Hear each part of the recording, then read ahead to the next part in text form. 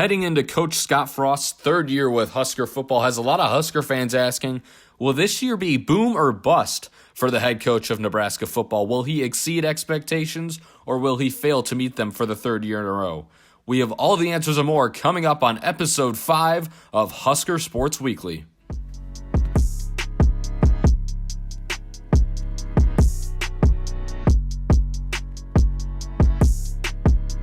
Welcome back, everyone, to the Husker Sports Weekly podcast, your soon-to-be number one source for all things Husker sports.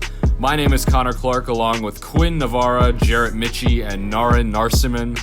And today we got to talk about Scott Frost. Year 3, the first 2 seasons were disappointments, especially the last year. So our big question for this episode is, will it be boom or bust for Scott Frost in his third year at Nebraska? But before we get into that, we got some other Husker news to run through real quick with the recent NFL draft and a couple of new faces arriving in Lincoln, as well as a familiar face leaving over the past week. So for the draft run through, 3 Nebraska players are headed to the NFL after this year's NFL draft. The Davis brothers, Khalil and Carlos. Khalil Davis got drafted 194th overall to the Tampa Bay Buccaneers, and his brother Carlos Davis got drafted 232nd overall to the Pittsburgh Steelers. And then Lamar Jackson was the third Husker to go pro. He was not drafted. He was signed as a free agent to the New York Jets. So the Jets are getting a pretty big corner in Lamar Jackson as well. Some new faces that have come to Lincoln over the past week. Branson Yager is the newest Husker football commit, sitting at 6'7", 320 pounds on the offensive line, which is a crazy big human being. And then Trevor Lakes, a 6'7" shooting guard from the University of Indy, a Division II school. For Nebraska ball, he averaged 15.7 points per game, 6.2 rebounds, and was a 44% shooter in 2019-20. So a good pickup there for the Huskers, another spot-up shooter kind of to pair with Thorbjarnarson, which could be dangerous from the outside in this coming season as well. And then the one departing Husker this week was senior QB Noah Vedral. So he was in his last season. He was backing up behind Martinez and McCaffrey. Odds are he would have been the third stringer yet again this year. So he transfers out of the program. But on the bright side, this gives the new 4-star recruit quarterback for Nebraska, Logan Smothers, more of a chance to try and find his rhythm and get into the quarterback rotation. So let's dive deep into Scott Frost. He's heading into his third season. He has a 9-15 record through 2 years at Nebraska, 2-8 record on the road, which is not going to cut it in the Big Ten. 0 bowl game appearances. Was picked to win the Big Ten West Division in 2019. We all know how that ended up, missing a bowl game, going 5-7. He was signed to a 2-year extension, saying that he needed a couple of years of good recruiting to come through to really build his brand here at Nebraska.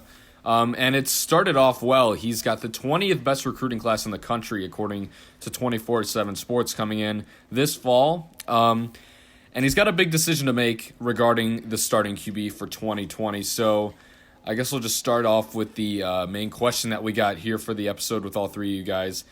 Will it be boom or bust for Scott Frost in year 3 at Nebraska? I honestly think it's going to be a boom year, like compared to last year. I think they're going to make a bowl game. They're definitely not going to win more than 9 games in my opinion, but it's definitely going to be an improvement, and in my opinion, that's a boom for him. I mean, despite the fact that it's either a boom or a bust year, I feel like either way he's on the chopping block, and I feel like that's definitely going to be something to look at because coming in, he's going to be just as nervous as his players are, and he's going to have to find a way to push his program back to the point where Nebraska wants them to be, and I feel like that puts him in a very tough position coming into year 3. Like Jarrett said, this is the breaking point season, practically the third year. Mike Riley experienced it back when he was at Nebraska, and basically if it's a 4-win, 5-win season, Scott Frost could be out the door. Yeah, I agree with that statement as well. 4 or 5-win season. We may be looking for a new coach over the next offseason. So, I mean, there was big hype surrounding his second year as head coach, being Nebraska. Because he went undefeated at UCF in his second year. Obviously, I mean, there's a big difference there with conference and talent and all of that. And then, obviously, the preseason hype train that everybody was putting Nebraska on I mean, possible Big Ten champions, possible Rose Bowl, possible dark horse college football playoff contender. People are saying he had a possible Heisman contender in Adrian Martinez, which he's shown in his freshman year he can possibly work his way up to, but obviously not a great season, and there was a lot of questions surrounding the offense, which Scott Frost did call the plays for last year, but Nebraska was able to hire a new offensive coordinator, so we'll see how much that helps out with the offense as well. But something that really makes me curious is the lack of spring practice this year and how much that will affect the team. Obviously, not being able to get together and go full pads, hit each other in the spring, which normally you would get to do, so there's lack of conditioning and practicing there. So I'm wondering how much that'll affect not only the team but Frost himself preparation-wise, and he's got to rely on 18 to 22-year-olds to get themselves into the best shape possible as they would during a normal spring practice cycle for the season. So this is going to be a really interesting thing. And I'm wondering how much of that blame will be put on Scott Frost if the team were to lack that energy or that physicality because of the lack of spring practices. I completely agree with you, Connor. I mean, spring practice is where you gel with your team, you mesh with your team, you get to know your team. It's where you're going to start getting the practice reps that are get you for in-game reps. So we're going to count on a lot of these freshmen to make big plays once the season starts. So it's going to be interesting to see how they perform not having spring practice. I feel like, though, 100% on the other side of that answer is, as a D1 athlete, I feel like you have a certain expectation behind you. And even missing out on the spring practice, I get that they're 18 to 22-year-olds, but I feel like coming into the season, everyone's going to be looking at Nebraska as if they need to improve next year. So I feel like with that target on their back, and as well as being D1 athletes, that they should be able to hold a very good spring routine to keep themselves in shape and ready to go. Yeah, I see your point, Jared, but I'm honestly on Connor and Quinn's side because honestly, at this point in time, it's whether everyone can hold their part, and even if they're D1 athletes, Nebraska always has that thing where they're not prepared to play, and that's legit not the player's fault completely. That's also the coach's part. Sometimes they're not prepared, and it always seems like our offensive line doesn't come prepared to play, and that's why most people think that the blame is all on Martinez and Scott Frost, but everyone doesn't play their part, and it's a team sport.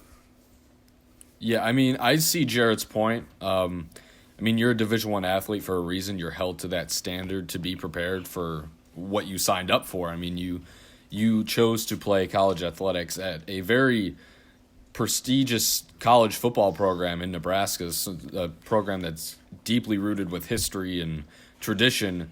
And especially, I kind of look at the sophomore class for this year because they've already had a full year, and the junior class as well. They've had 1 to 2 full years under Scott Frost now, and especially if you're juniors, you're coming in with you're an upperclassman now. This is your 3rd year with the same head coach, the one that recruited you.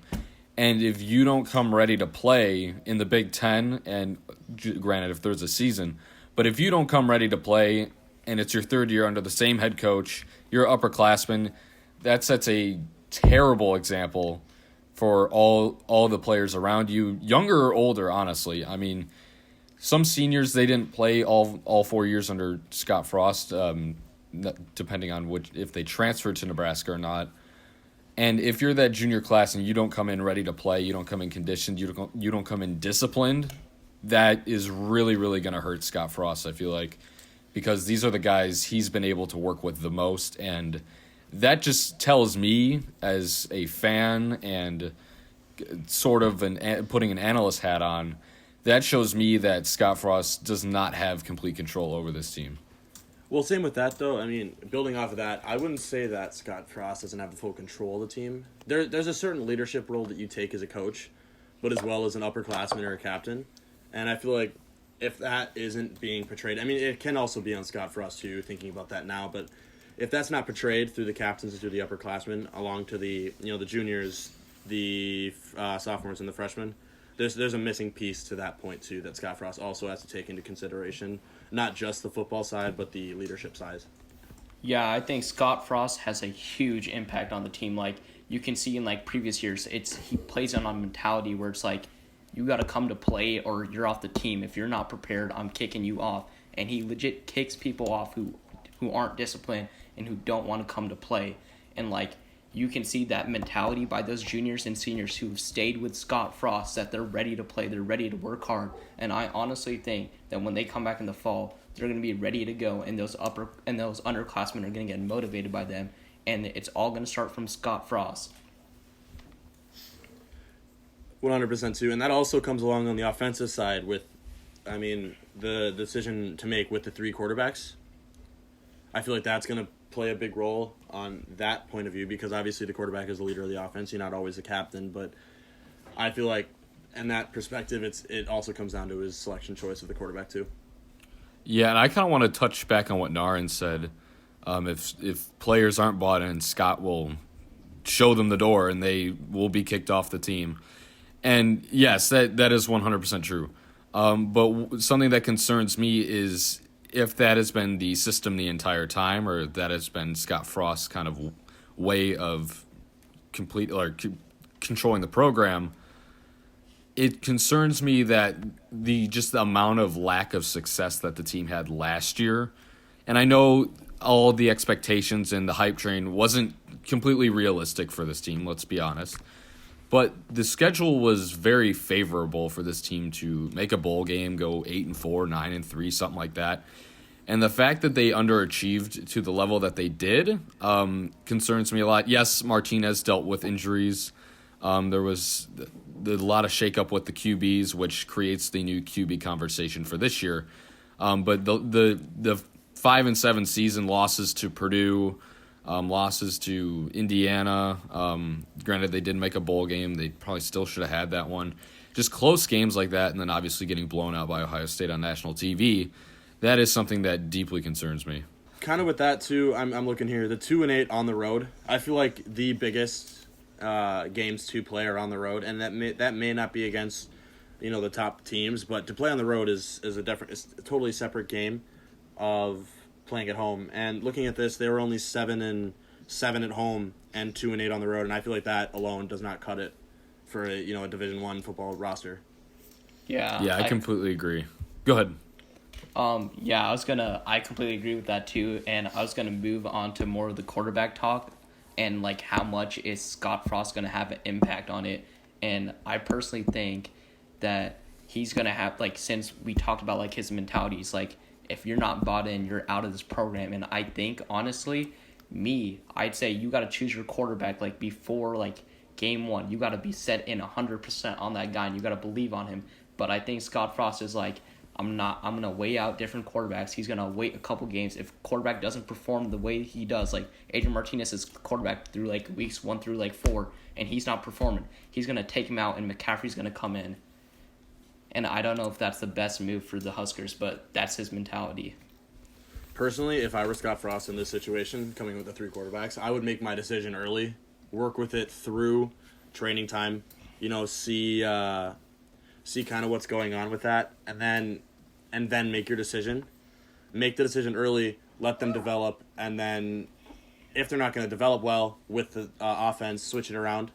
And then you at least made the decision early and tried everyone out with the offense and training, and then you can build into the season so much better, I feel like, personally. Yeah, I think we all know that Martinez is going to be the one getting the most snaps. He's going to be the starter on week 1. But McCaffrey, honestly, the dude's a competitor. He's going to come every day and practice to compete. So at this point, I don't even know, considering Martinez's inconsistencies over the last 2 years, just how this is going to play out. Yeah, and I kind of piggybacking off of what Jarrett said, making the decision early but not too early, I think is going to be real crucial for Scott definitely. Frost. And when you look at the schedule too, Game 1 is a Big Ten opponent. You're playing Purdue at home, Game 1, a team that we haven't beaten in 3 years. So this is a highly competitive league, and you're starting off with a Big Ten opponent, and this time a healthy Purdue, a team that was hurt by lots of injuries when we played them this past season, and we couldn't get it done without Rondale Moore, without their starting quarterback, Elijah Sindelar. So they're going to be healthy coming into Lincoln, trying to get that 4th win in a row. And, I mean, you got to have that decision made. You cannot be switching out quarterbacks mid-game or 100%. mid-drive or whatever the case may be. You Yeah, got to have your decision set. That brings me to another point that they got to set the tone early. Like last year, like I forgot who they played game 1, but they barely won to a non-conference team by like 15. South Alabama. It was South Alabama, and it was just That was brutal. And their defense just bailed them out. That was terrible. And then they go on Colorado. They're up 17-0 at halftime. They choke that game. That's just terrible. They got to set the tone early. They got to win that game at Purdue, and they got to make a statement. They're underdogs this year, and they got to prove their point. Especially since Purdue hopefully will have not hopefully, but they'll have a healthy Rondale Moore. A healthy Rondale Moore is probably the most dangerous wide receiver in college football. Yeah, I mean, he was in potential like Heisman talks his sophomore year when he absolutely obliterated Ohio State. So just having him come in and then pairing that with it being week 1, like Naren said, you got to set the tone early, and we failed to do that last season. And then you kind of pair that, the defense has to improve as well if you're going to have a healthy Rondale Moore, because we cannot have a 200-plus yard performance from him, because that basically seals the deal for Purdue. I mean, unless the offense somehow decides to be a Big 12 offense and score 50 points a game, which I doubt will happen, you got to set the tone early, and the defense really has to lock into if they can recreate a performance like they did against South Alabama, that would be great. I mean, they scored, 3 touchdowns against them last year? So defense has got to step up. They got to really be prepared for that game. I mean, this is going to be – I know it's Purdue. It's not a big football juggernaut, but this is going to be a really big game, one of the biggest games in kind of probably the past 7-10 years for this football program, because they need to get back on track. And like Naren said – we're underdogs this year, and to make a statement win against a Big Ten opponent at home week 1 will be enormous for this team and the success that they could have. And on the See, but here, yeah. Go ahead, Jarrett. No. Okay, I was just gonna say, here comes another point too, though. I mean, think about it like this: say games don't open up to fans, how much of an impact is that going to have on Nebraska football itself? Because I mean, knowing that we're going to Nebraska and everything, fans are a huge play in the games. So I'm just wondering what your guys' opinion are on how that's going to play a factor to that first Big Ten game, and especially setting the tone as well. Yeah, absolutely. That could take a big toll, especially on Nebraska with the fan base that Nebraska possesses. I mean, sold-out streak from 1962, and everybody's always hyped for that first game. I mean, everybody's there, everybody's tailgating, everybody's really looking forward to that first game. So without fans there, it could be a game changer, because I mean, when you're the visiting team, everybody's against you, so that makes it that much easier without fans there. So that would be a big worry. I can't say too much because we've never really seen anything like that before, 100%. but that could definitely negatively affect Nebraska.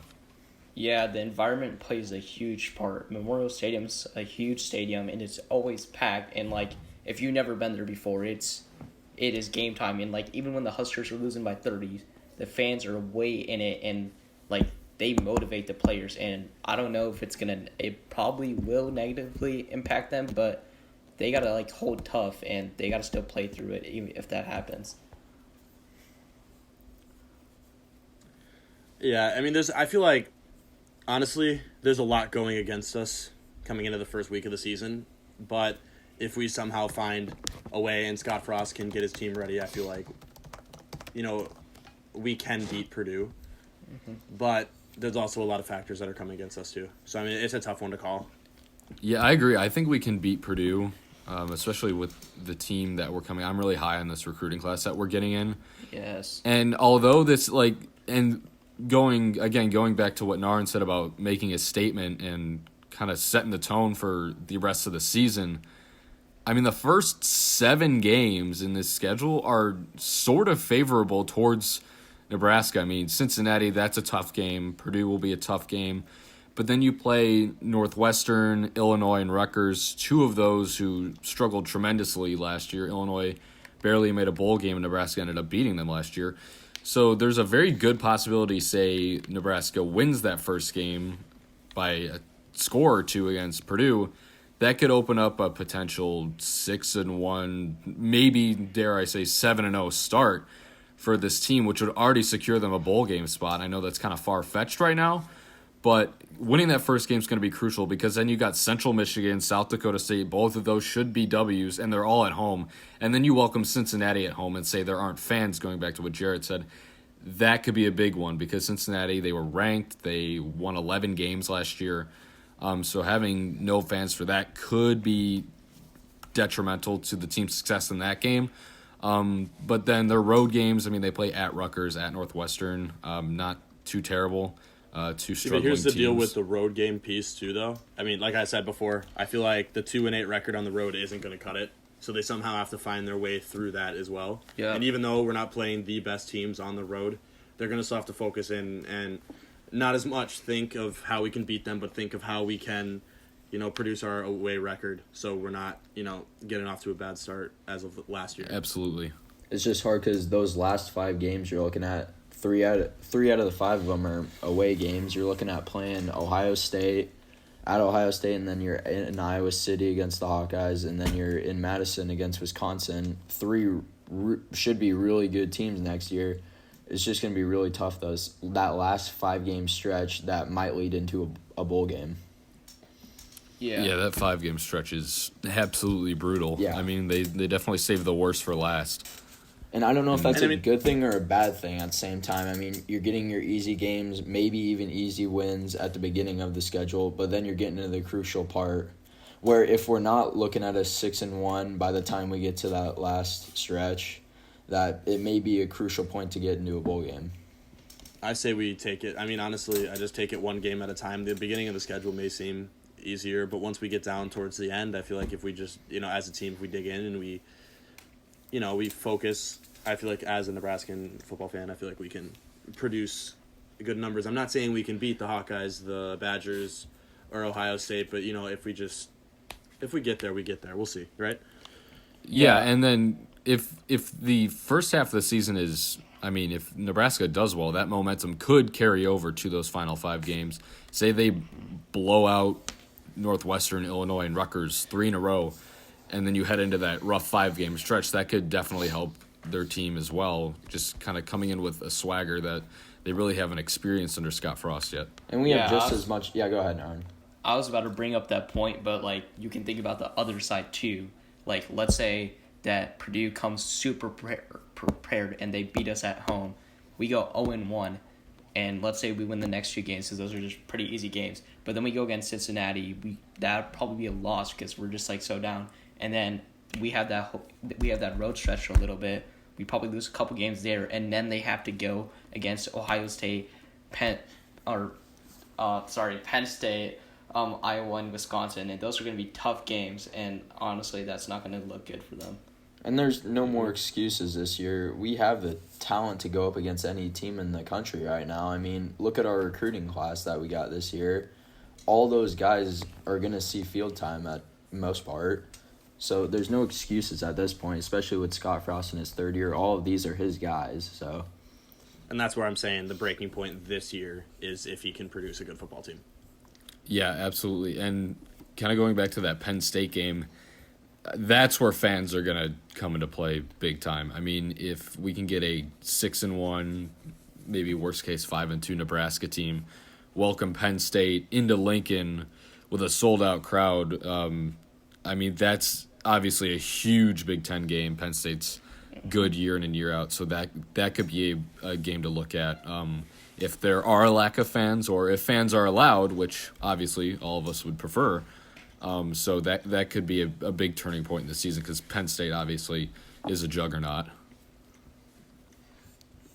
Yeah, and I want to kind of mention the point. I know we're talking about the whole team, but we got to think about individual positions that struggled last year. We already talked about the quarterback and how that situation would change, but I really want to dig deep in the offensive line because honestly, I think that was a huge struggle last year, and that's the majority and that's why I think Adrian Martinez struggled last year. It wasn't just all on him, and honestly, if those guys aren't prepared up front, and because they're not having spring practice, and it's really important for offensive linemen to get all the reps in because it's kind of hard to get practice by yourself at home.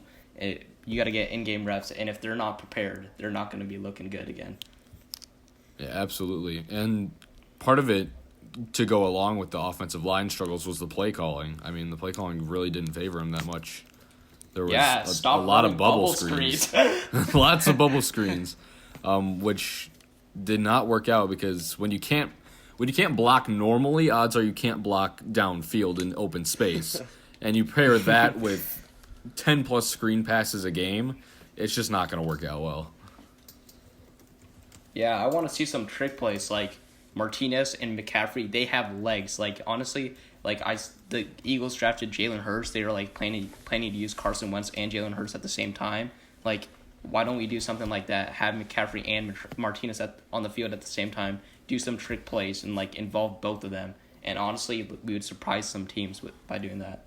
Yeah, I'd love to see some Luke McCaffrey out at receiver. That could be real interesting because we obviously know he can run, and he's related to the highest paid running back in the NFL now. So he's definitely a running athlete. I'm just glad we have a lot of talent on the outside now at wide receiver. I mean, look at our recruiting class that we got. We had a lot of good wide receivers coming in with a lot of speed, a lot of quickness. They're agile. So we have no excuses for Martinez has no excuses. He has plenty of threats on the outside that our passing game should be pretty good. It's just the trenches in the offensive line that's going to win us the games. Well, we got one of the best offensive tackles committed to us. And look at our new recruiting classes in 2021 and 22. We got a lot of good linemen that are going to come in. Yeah, that'll be huge for us. And something that I read the other day, too, is the fact that the graduation of Stanley Morgan Jr. seemed to hurt Adrian Martinez a lot because he seemed to use him as not really a crutch, but that was his go-to option on offense, and Stanley Morgan was a 6'4", 6'5" receiver. So he was a big guy. He can go up and get the ball, and he was there. He was under that Nebraska system for 4 years. So he definitely had a lot of success with Nebraska, and I feel like that was when I read that, I felt I was in total agreement with that. I mean, his next best option was J.D. Spielman, who's obviously a really good receiver, but we don't even know if he's going to return this year. Mm-hmm. But the absence of Stanley Morgan Jr. was big on him. So having these new bigger receivers come in, I mean, you got Xavier Betts, Alante Brown. Some of these guys are going to be really, really good, and they're going to see the field right away, especially if J.D. doesn't come back. So it'll be important for Martinez or whoever the starting quarterback come week one is to build a relationship with them and be on the same page. We just can't have Wan'Dale Robinson taking the hits that he took last year, especially when he got hurt. He took so many hits, and we would go to him so often that it was insane. Yeah, and like him 100%. playing wing and running back, like I just did not like that. I'm like, just keep him at wide receiver. Like, I know that we had to because, like, all our running backs got injured last year. But, honestly, you got to use him, but, like, don't overuse him and overwork him. Yeah, I mean, staying healthy is going to be huge this year as well. We can't have Martinez go down in the middle of a game because, obviously, we weren't prepared for that situation last year, and it really, really ended up hurting us. And the Wan'Dale Robinson injury, that hurt us a ton, too. He saw him go into that Iowa game. He barely saw the field. And if Wan'Dale Robinson's on the field, maybe you see a bigger impact and possibly a different outcome, a 6-6 season instead of a 5-7 season. So staying healthy is obviously going to be a huge key. And especially for the line to stay healthy, this is a lot of their second year of experience, so hopefully they improve that much more. But staying healthy all around, especially in a really, really hard Big Ten schedule, especially that last 5-game stretch, is going to be incredibly crucial for this team. Yeah, I still expect a huge year from Wan'Dale Robinson. Like, his player development should be, like, so increased. Like, you can look at, like, some of these players that got drafted, like the Davis brothers. Like, they weren't stars freshman year, but they improved so much. And Lamar Jackson, he was a nobody when he came in, but they turned into a star. And, like, we were just talking about Stanley Morgan.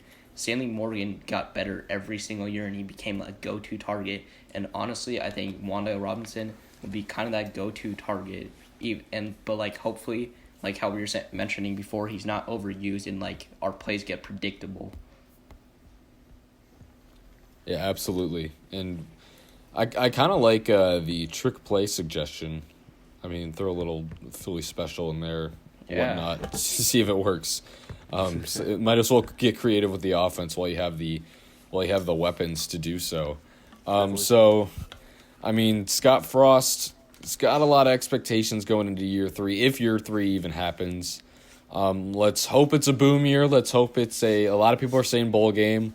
A lot of people are saying 6-6. I'm more the optimistic side. I said 8-4. But I think Nebraska will make a bowl game. I think the recruiting class is going to help, and I think Scott Frost will continue to climb the mountain and try and get Nebraska back to relevancy in the college football world. So, I mean, one last take from all you guys. So, your final opinion on what Scott Frost can do this year. I think he's going 8-4, like how you said. I don't think he's going to win 9 games, but he might be 7-5. But honestly, I'm expecting a pretty good year, even if they're not prepared, because let's face it, every single team's not going to be prepared too. And honestly, those teams like Penn State, Wisconsin, those teams are going to be cocky on things, and they're going to be like, oh, we're going to destroy Nebraska, and we're the underdogs, and we have that underdog mentality that we didn't have last year, and I think that's going to be a huge plus for us. Definitely. I think I'm going to stay more towards the middle. I'm going to say 6-6. I don't think, with just all the pressure that's going around towards the Nebraska football team, I think we have the talent to turn everything around, but I think it's just going to keep the pressure. That's going to keep us humble, to keep us 6-6, personally. I'm going to say my prediction is a 9-win season, in my opinion. We have the talent. We have hopefully the great quarterback that Adrian Martinez can be. And hopefully Scott Frost puts the Nebraska team back on notice. All right, so all 4 predictions have us going to a bowl game, something Nebraska hasn't done in quite some time. And hopefully Nebraska can be brought back to the postseason by Scott Frost in his 3rd year. So thank you all for tuning in and listening to episode 5 of Husker Sports Weekly. You can find us on PodBean, Spotify, and YouTube. Just search Husker Sports Weekly. And make sure to follow us on Twitter at Husker Weekly as well. We got new episodes coming out every Thursday at noon with different Husker topics each and every week. So thank you all for tuning in. It means a lot. And we'll see you next Thursday where we got more Huskers to talk about. Go Big Red.